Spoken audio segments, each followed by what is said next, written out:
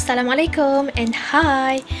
Okay, we are from group 4 and my name is IMANUL, AQILAH, BINTI, ZAKI. And my respective members is PUTERI, ALEEZA, NURUL, SYAZANA and also ADILARAUHAH. So today we are going to present about what is verbal communications and non-verbal communications. So let's go one by one. So verbal communication is what? Verbal communication is verbal communication is any language that used to read, written and spoken, and or we can say as like the language that used of words. And the next one is what is non-verbal communications. Non-verbal communication is ways that people communicate without using any languages. Communication that occurs through means other than words, such as body languages, face expressions, silence, and so on. So next we go to what are the categories of verbal communications and non-verbal communications. Okay, let's go one by one. What is the categories of verbal communications? So categories of verbal communications consists of 8. There are 8 categories. First one is negotiating, second is persuading, third is debating, fourth is delegating, fifth is challenging, sixth is advising, and 7 is arguing, 8 is apologizing. Okay, so let's go one by one on how the situation of verbal communications. So first one is negotiating. How the situation it was is like starting a new job and discussing what pay scale you should start at.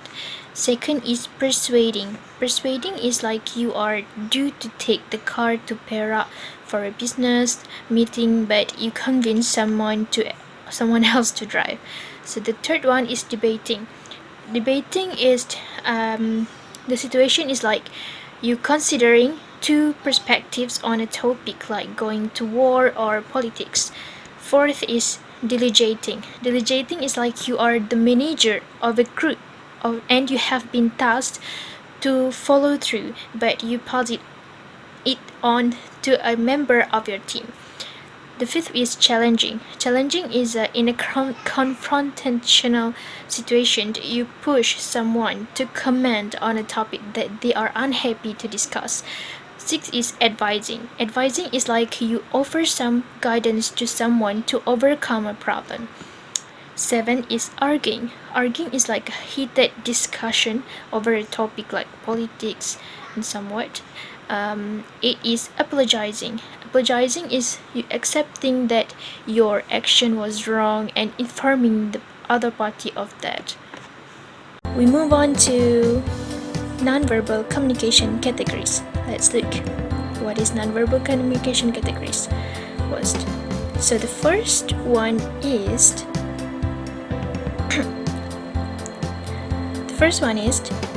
facial expressions. The second is gestures. Third is paralinguistics such as loudness or touch, tone of voice. Fourth is body language.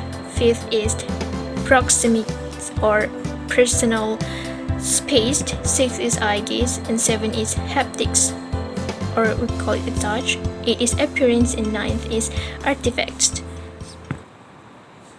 Okay, so let's watch the video together on what is the non-verbal communications categories look like.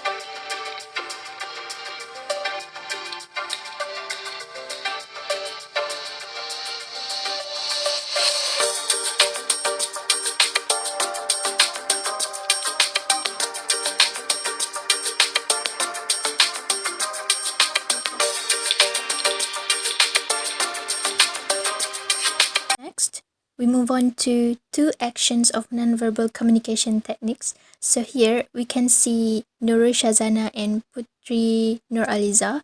And here the two actions, the example of the actions that we take is body language and also face expressions.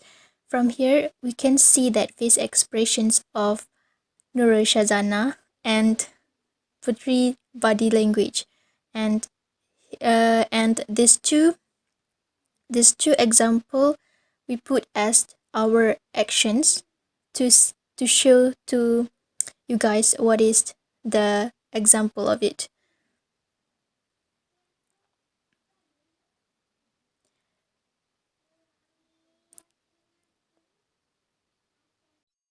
What is personality profiling? Personality profiling is a psychological profiling test that measures an individual personality that they may not aware of having. It is commonly used to hire employees, and it is also used to coach and develop an individual. Personality profiling can be done through a questionnaire, and by that they can get the result of their personality. There are many personality profiling tests, but here are the examples of the popular personality tests.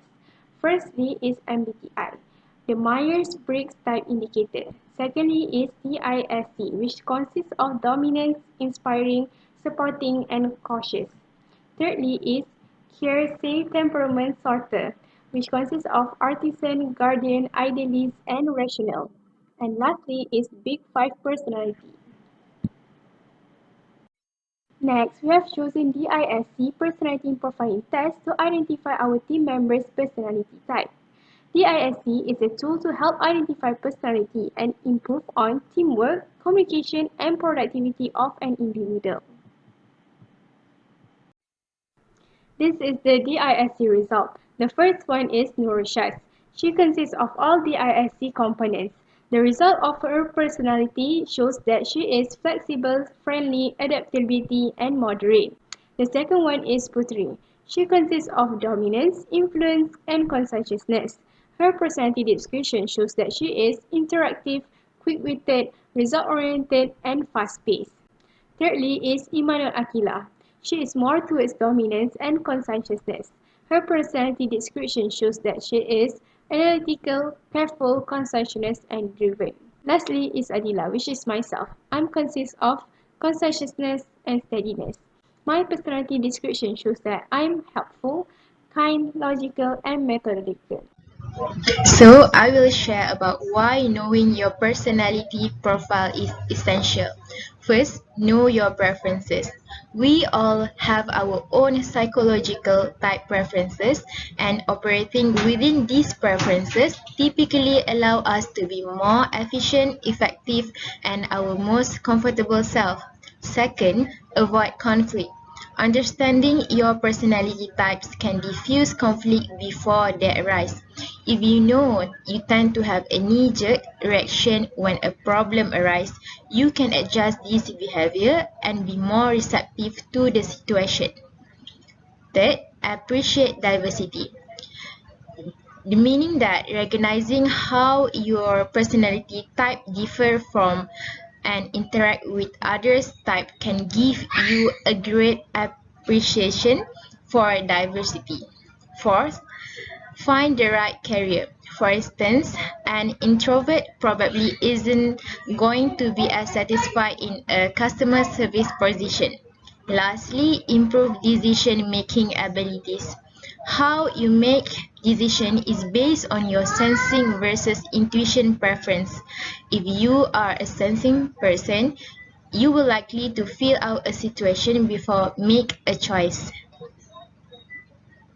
Hi, I'm Puteri ALEEZA and I will answering for question number 7, which is why knowing your employees and customer personality profile is important.